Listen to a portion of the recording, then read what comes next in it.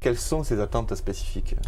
Donc un talent, de façon générale, a conscience qu'il apporte une valeur ajoutée assez forte dans l'entreprise et donc va avoir des attentes notamment en termes de rétribution donc, financière, mais également à d'autres niveaux.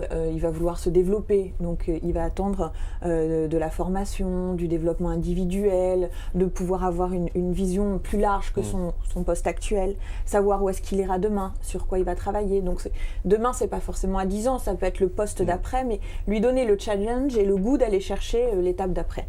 Donc que peut faire un dirigeant d'entreprise pour répondre justement à ces attentes ? Quelles sont les différentes incitations possibles ?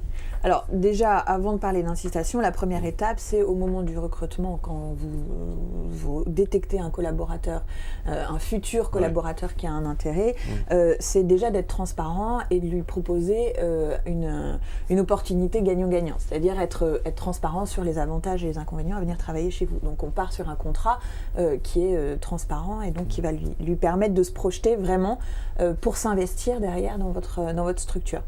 Ensuite, en termes une fois qu'il a intégré l'entreprise, donc il y a toute la partie accueil de ce collaborateur-là, comment l'impliquer tout de suite, comment lui faire rencontrer l'ensemble de l'entreprise, les parties prenantes avec lesquelles il devra travailler. Et ensuite, on va rentrer dans la vie du collaborateur, donc sur toute la partie plutôt développement, comment le faire grandir au sein de l'entreprise, le faire s'épanouir et développer toutes ses capacités qu'il a en lui.